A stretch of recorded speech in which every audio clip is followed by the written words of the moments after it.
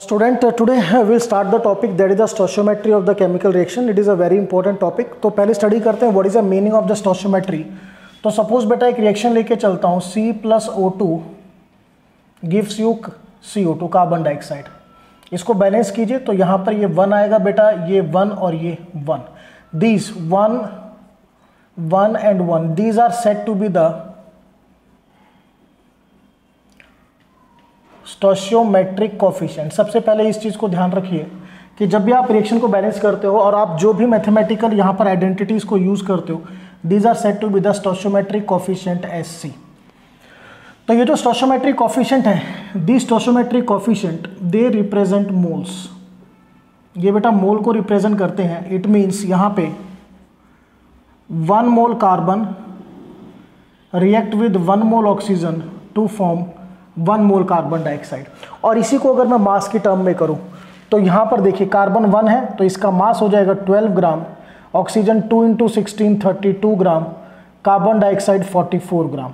तो यहां पर हम समझेंगे what is the meaning of stoichiometry. ध्यान से देखना कि जब बेटा 1 मोल कार्बन 1 मोल ऑक्सीजन से रिएक्ट करेगा, it form 1 mole CO2. If 12 gram carbon react with 32 gram oxygen, it form 44 gram of carbon dioxide. तो relation between the reactant and product, reactant और प्रोडक्ट के बीच में जो रिलेशन है वो दो रिएक्टेंट के बीच में भी हो सकती है, रिएक्टेंट प्रोडक्ट के बीच में भी हो सकती है और बिटवीन द टू प्रोडक्ट भी हो सकती है in terms of mole, mass, atom, molecules. जितनी भी आइडेंटिटीज हमने स्टडी करी है, that is said to be the stoichiometry. So definition of stoichiometry I will write here.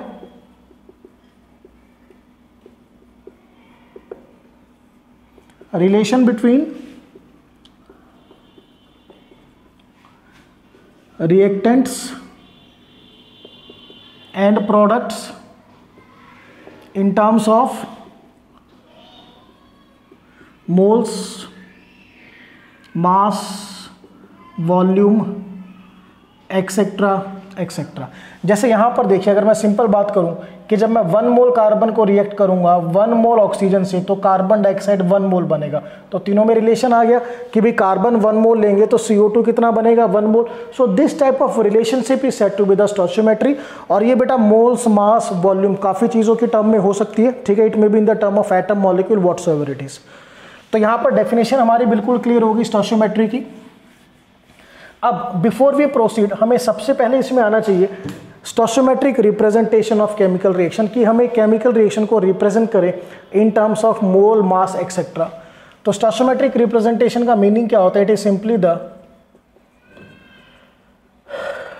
Representation of chemical equation in terms of moles, mass, moles, mass,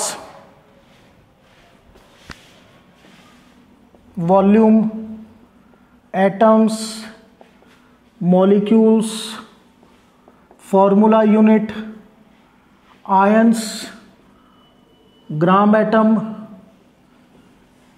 gram molecules, gram formula unit. तो ये सारी terms आपने मोल concept में study कर रखी हैं. तो इन्हीं टर्म्स में हमें रिप्रेजेंट करना है अपनी केमिकल रिएक्शन को. That is said to be the stoichiometric representation of chemical reaction. तो चलिए कैसे स्टडी करते हैं. इससे पहले एक चीज आपको ध्यान रखनी है, make a note that your reaction is balanced. Whenever you do the stoichiometry, जब भी आप स्टोइचियोमेट्री का कंसेप्ट करोगे, ध्यान रखना रिएक्शन आपकी बैलेंस होनी चाहिए, अदरवाइज आपकी कैलकुलेशन सफर करेंगी. So now let us discuss with the help of some examples. तो यहां पे हम फर्स्ट एग्जांपल लेके चलेंगे. Magnesium solid plus chlorine gas giving you MgCl2 solid. आप सबसे पहले बेटा इसको बैलेंस कीजिए. दिस विल बी 1 1 और 1. ये आपके स्टोइचियोमेट्रिक कोफिशिएंट 1 1 एंड 1. और ध्यान रखना है स्टोइचियोमेट्रिक कोफिशिएंट किसको रिप्रेजेंट करते हैं? मोल्स को. Means 1 mole magnesium, 1 mole chlorine और 1 मोल मैग्नीशियम क्लोराइड. तो यहां पर जो मोल्स हैं, moles are 1 mole magnesium, 1 mole chlorine and 1 mole magnesium chloride. ना मोल्स के बाद बेटा नेक्स्ट अगर हम मास की बात करें तो यहाँ पर मैग्नीशियम का mass all of you know 24 gram, chlorine 2 into 35.5 71 gram, and MgCl2 magnesium 24 plus chlorine 2 into 35.5 that is 24 plus 71 it is 95 gram. So moles mass after the mass atoms की अगर हम बात करें तो यहां पर मैग्नीशियम सिंगल है तो Avogadro number of atoms 6.022 10 raise to the power 23 atoms. यहां पर Cl2 ट्वाइस आ गया तो 2 into 6.022 10 raise to the power 23 atoms. और मैग्नीशियम क्लोराइड जो है ये आपका बेटा it is IC ionic compound. ठीक है, तो आयनिक कंपाउंड में आपसे आयंस भी पूछे जा सकते हैं और एटम्स भी पूछे जा सकते हैं, तो नेवर गेट कंफ्यूज होने की जरूरत नहीं है. अगर इसमें एटम्स की बात की जाए तो 2 क्लोरीन और 1 magnesium, total 3 into 6.022 10 raise to the power 23 atoms. Now after atoms gram atoms. So बेटा ये मैग्नीशियम सिंगल है तो 1 ग्राम एटम, क्लोरीन में 2 आ गया 2 ग्राम एटम, मैग्नीशियम में 2 + 1 3 gram atom. Okay, after that now let us move to the molecules. तो यहां पर बेटा मैग्नीशियम एटम की फॉर्म में है तो यहां पर मॉलिक्यूल्स नहीं होंगे. क्लोरीन Cl2 देखो कितना मोल है, 1 mole, means 1 into 6.022 10 raise to the power 23 molecules. अब ये बेसिकली आयनिक कंपाउंड है, तो आयनिक कंपाउंड तो बेटा फॉर्मूला यूनिट का बना होता है, वो मॉलिक्यूल्स का बना हुआ नहीं होता. तो यहां there are no molecules. Reason ध्यान रखना है, since it is an IC ionic compound. Now after that gram molecules यहां पर नहीं होंगे. अब यहां पर देखिए कितना मोल है, 1 मोल मीन्स 1 ग्राम मॉलिक्यूल. यहां पर नहीं होगा क्योंकि मॉलिक्यूल ही नहीं है, कट कर दीजिए. This is 1 mole 1 mole. सो बेटा मोल्स हो गया, मास हो गया, एटम्स हो गया, gram atoms, molecule, gram molecules. Now gram formula units FU. तो फॉर्मूला यूनिट्स आपके आयोनिक कंपाउंड में होती है, यहां पर भी नहीं होंगी, यहां पर भी नहीं होंगी. तो यहां पर ये देखिए आपका आयनिक कंपाउंड कितना मोल है, 1 मोल, तो 6.022 10 की power 23 formula units. Now gram formula unit ये भी कहां पर होंगे आपके आयनिक कंपाउंड में, तो यहां पर क्रॉस कर दीजिए. यहां पर अब देखिए 1 मोल में 1 ग्राम फॉर्मूला यूनिट, 1 मोल कंटेन्स 1 ग्राम फॉर्मूला यूनिट्स. अब इसके बाद नाउ आयंस. अब आयंस आपके यहां पर भी नहीं होंगे, यहां पर भी नहीं. आयनिक कंपाउंड में अब देखिए मैग्नीशियम में 2 क्लोरीन और 1 मैग्नीशियम 3 हो गया और ये 1 मोल है. सो 3 into 6.022 10 raise to the power 23 ions. अब ध्यान करो, अगर ये 2 मोल होता तो मैं इसको पूरे को 2 से मल्टीप्लाई करता. अब ये आपके टोटल आयंस हो गए. इसमें अगर एग्जामिनर कहता है कि अलग अलग बताओ क्लोराइड के कितने आयंस हैं और मैग्नीशियम के कितने आयंस हैं, तो हम इसको कैसे बाइफर्केट करते हैं, सी आउट. मैग्नीशियम सिंगल है सो 6.022 10 की पावर 23 Mg2 पॉजिटिव आयन, और क्लोरीन डबल है सो 2 इंटू 6.022 10 की पावर 23 Cl नेगेटिव आयंस. ठीक है, जो यहां पर आपने एटम्स किया था सेम वही है. एक चीज मैं थोड़ा क्लियर करूंगा, आयनिक कंपाउंड में बहुत कम केसेस में आपसे एटम्स पूछे जाते हैं, बट बेसिकली वो किसके बने हैं, आयंस का, ये आपको ध्यान रखना है. ठीक है, but in some of the numerical examiner देता है तो वो चीज़ मैंने आपको बता दी है, उसको ध्यान रखिएगा. तो आयंस का कंसेप्ट क्लियर है. यहाँ पर खाली मैग्नीशियम के आयन एवोगैड्रो नंबर, Cl2 के 2 into Avogadro number, total 3 into Avogadro number. अब अगर यहाँ पर 2 मोल होता तो एक क्वांटिटी डबल हो जाती है, आपको ध्यान रखना है. So this we have done ions. अब इसमें बेटा one thing is left, volume.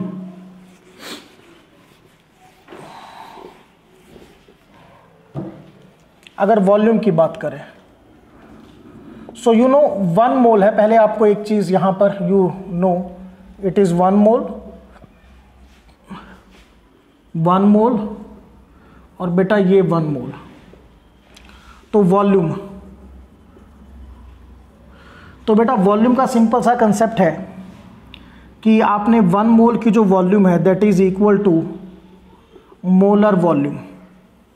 कोई 2 मोल होगा तो 2 इंटू मोलर वॉल्यूम, ठीक है। और मोलर वॉल्यूम थोड़ा मैं रिमाइंड कर रहा हूँ आपको, अगर हम गैसेस में वर्कआउट करते हैं तो it is 22.4 litre at STP, और आप सॉलिड या लिक्विड में वर्कआउट करोगे it is equal to molar mass upon density.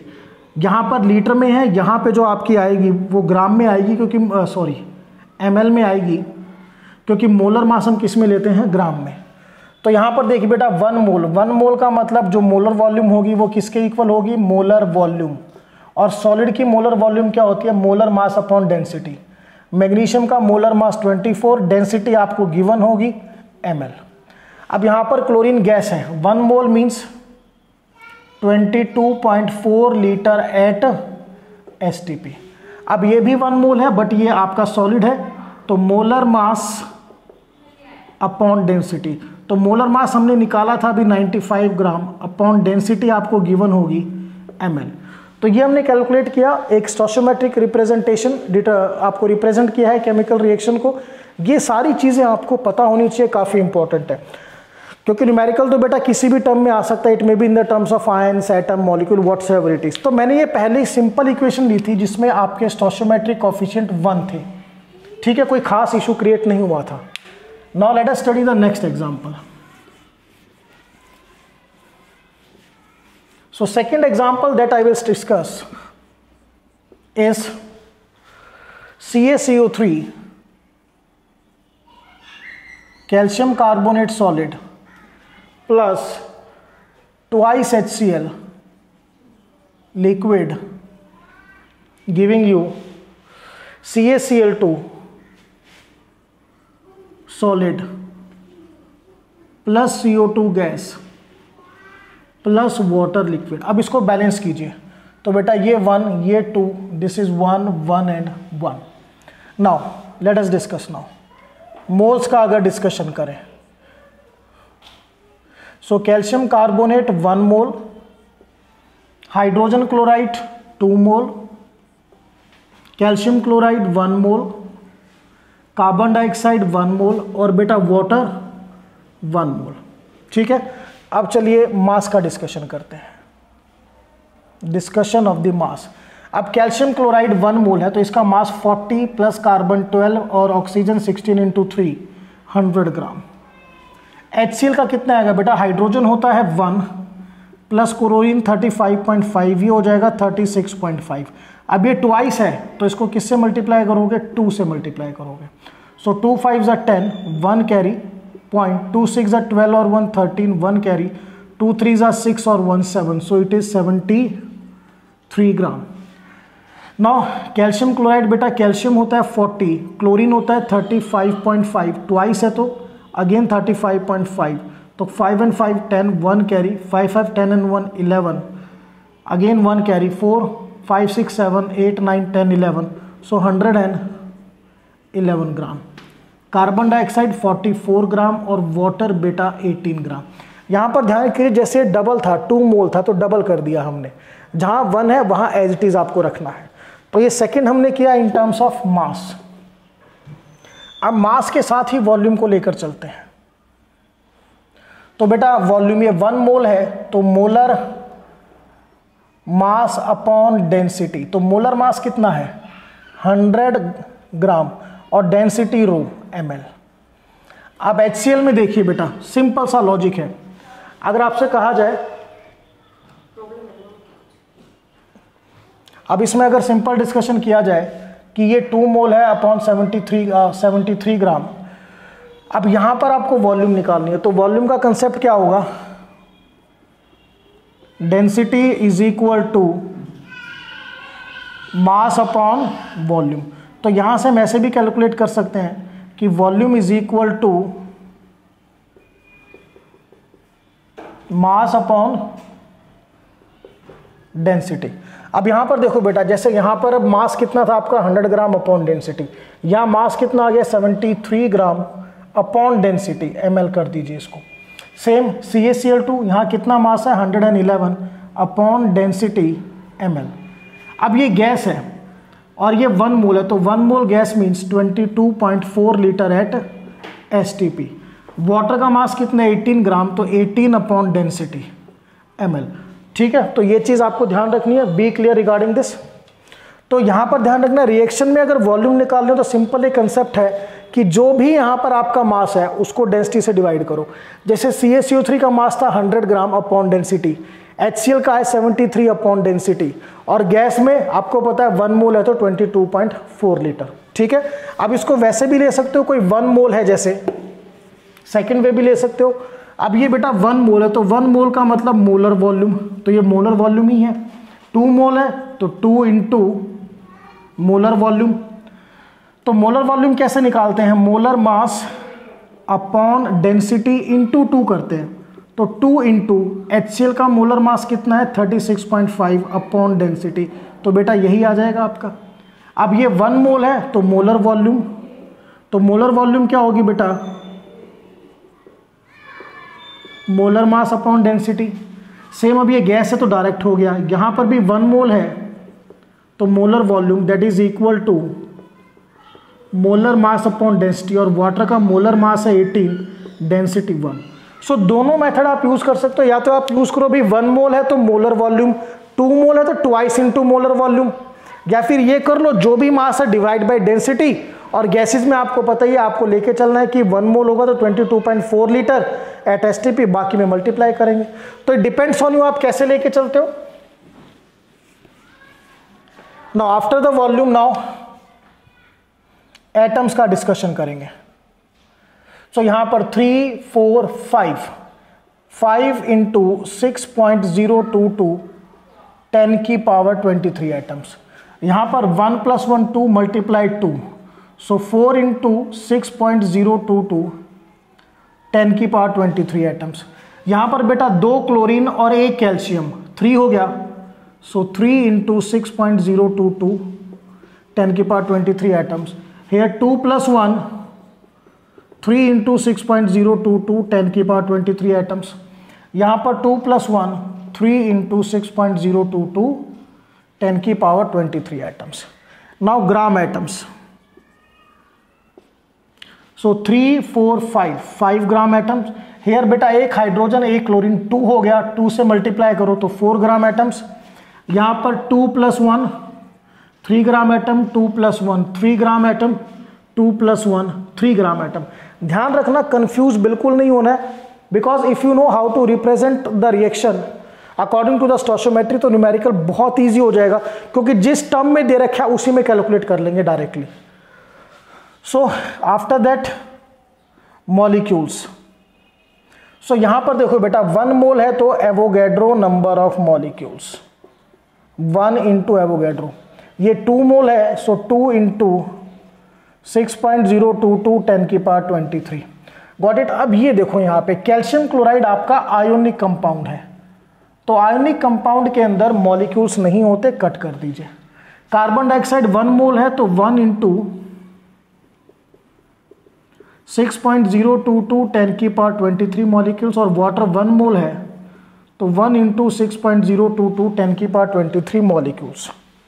Now after molecules gram molecule, so gram molecule just see out. बेटा ये 1 मोल है तो 1 ग्राम मॉलिक्यूल, 2 मोल है तो 2 ग्राम मॉलिक्यूल, यहां होगा नहीं। 1 मोल है तो 1 ग्राम मॉलिक्यूल, 1 मोल है तो 1 gram molecules. After that formula units. अब फॉर्मूला यूनिट्स होते हैं आयोनिक कंपाउंड में, तो यहां भी कट कर दीजिए, यहां भी कर दीजिए, यहां भी और यहां पर भी। अब कैल्शियम क्लोराइड कितना मोल है 1 मोल, 1 मोल मीन्स 6.022 10 की power 23 formula units. After that gram formula units, these are also present in ionic compound. जो आपकी ग्राम फॉर्मूला यूनिट्स है ये भी बेटा आयनिक कंपाउंड में ही प्रेजेंट होती हैं। सो कट कीजिए, यहां भी कट कीजिए। अब 1 मोल में 1 ग्राम फॉर्मूला यूनिट, यहां भी कट कीजिए और यहां पर भी। अब इसके बाद लास्ट में डिस्कशन करते हैं आयंस का। आयंस भी you know these are present in the ionic compound. तो कैल्शियम क्लोराइड में भी नहीं होंगे, HCl में भी नहीं होंगे, CO2 में भी कट कर दीजिए और वाटर में भी कट कर दीजिए, because ions are only present in the ionic compound. So let's see 2 chlorine and 1 calcium, 3 into 6.022 10 की पावर 23 आयंस। और अगर अलग से पूछा जाए तो कैल्शियम सिंगल है 1 into 6.022 10 की पावर 23 कैल्शियम, और क्लोरीन 2 है 2 into 6.022 10 की पावर 23 क्लोराइड आयंस। तो बहुत इंपॉर्टेंट हमने टॉपिक अभी चल रहा है जिसमें आप स्टोइचियोमेट्रिक रिप्रेजेंटेशन को स्टडी कर रहे हो। अगर बेटा आपको स्टोइचियोमेट्रिक रिप्रेजेंटेशन आ गया तो मान के चलिए कि स्टोइचियोमेट्रिक न्यूमेरिकल आप बहुत जल्दी सॉल्व कर पाओगे, ठीक है ना, otherwise it is quite difficult. चलिए अब let us take the third example in this, और अपने आप भी आपको कम से कम 5 या 6 एग्जांपल्स में ट्राई करना है सो दैट बेटा आपको कोई भी डिफिकल्टी ना हो। Now let us take example number 3rd. So third example that I will discuss is zinc plus zinc solid plus H2SO4 liquid giving you ZnSO4 solid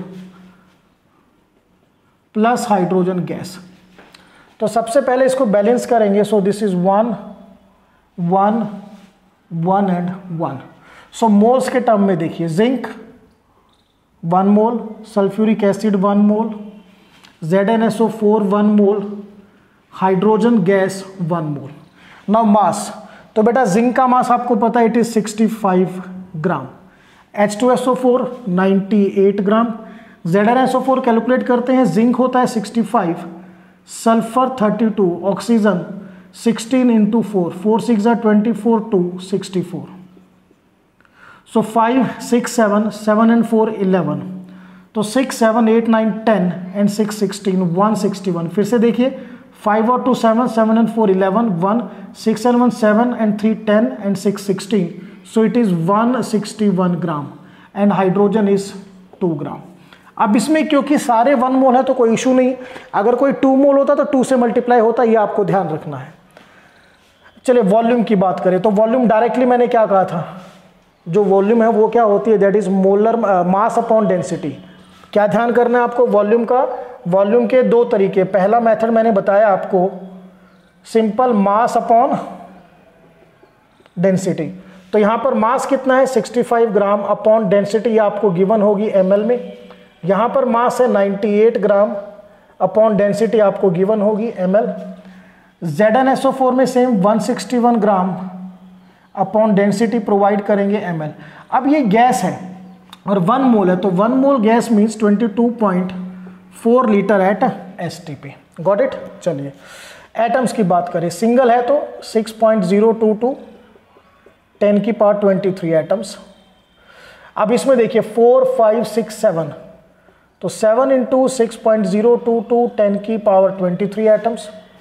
ये 4 5 6 इंटू 6.022 10 की पावर 23 एटम्स, और ये बेटा 2, सो 2 इंटू 6.022 10 की power 23 atoms. Gram atoms single है 1 gram atom, यहाँ पे 4 5 6 7 gram atom, 4 5 6 gram atom और वहाँ 2 ग्राम एटम्स। नाउ मॉलिक्यूल्स अब यहाँ पर नहीं होंगे, यहाँ पर 1 मोल है तो 6.022 10 की पावर 23 मॉलिक्यूल्स, यहाँ पर भी 1 मोल है तो 6.022 10 की पावर 23 मॉलिक्यूल्स, यहाँ पर भी 1 मोल है तो 6.022 10 की पावर 23 मॉलिक्यूल्स। ग्राम मॉलिक्यूल बेटा 1 मोल है तो 1 gram molecule, 1 mole means 1 gram molecule and 1 gram molecule.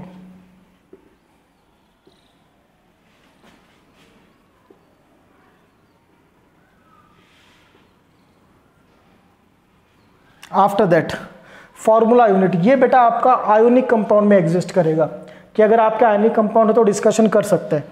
तो यहाँ पर हम इसको छोड़ देंगे, लास्ट के जो तीनों हैं, यहाँ पर भी कोई डिस्कशन नहीं रिगार्डिंग आयंस, यहाँ पर भी कोई डिस्कशन नहीं और यहाँ पर भी कोई डिस्कशन नहीं। क्लियर? बट यहाँ पर भी एक चीज़ थोड़ा मैं डिस्कस करूँगा आपसे, जो थोड़ा आपको ध्यान करना है कि अगर मैं सल्फ्यूरिक एसिड को डिसोसिएट करता हूँ तो बेटा ये मेरे को देता है 2H पॉजिटिव और SO4 2 नेगेटिव आयन। अगर आप 1 मोल सल्फ्यूरिक एसिड को डिसोसिएट करो तो ये आपको 2 मोल H पॉजिटिव और बेटा 1 मोल सल्फेट आयन प्रोवाइड करेगा। तो यहाँ पर हम आयंस निकाल सकते हैं। टेक्निकली मैं करूँ कि जो हमारे कॉम्प्लेक्स आयंस इसमें इन्वॉल्व करते हैं तो यहाँ पर आपसे आयंस के बारे में पूछा जा सकता है, ये ध्यान रखना है। तो यहाँ पर बात करते हैं हम सिंपल फॉर्मूला यूनिट की अगर बात की जाए तो बेटा 1 मोल का मतलब 1 इंटू 6.022 10 की पावर 23 फार्मूला यूनिट्स। ग्राम फार्मूला यूनिट 1 मोल कंटेन 1 ग्राम फार्मूला यूनिट।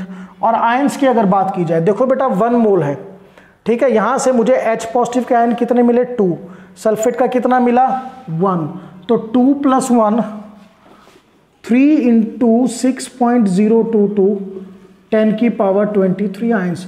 और अगर H पॉजिटिव का पूछा जाए तो 2 इंटू 6.022 10 की पावर 23 H पॉजिटिव आयंस।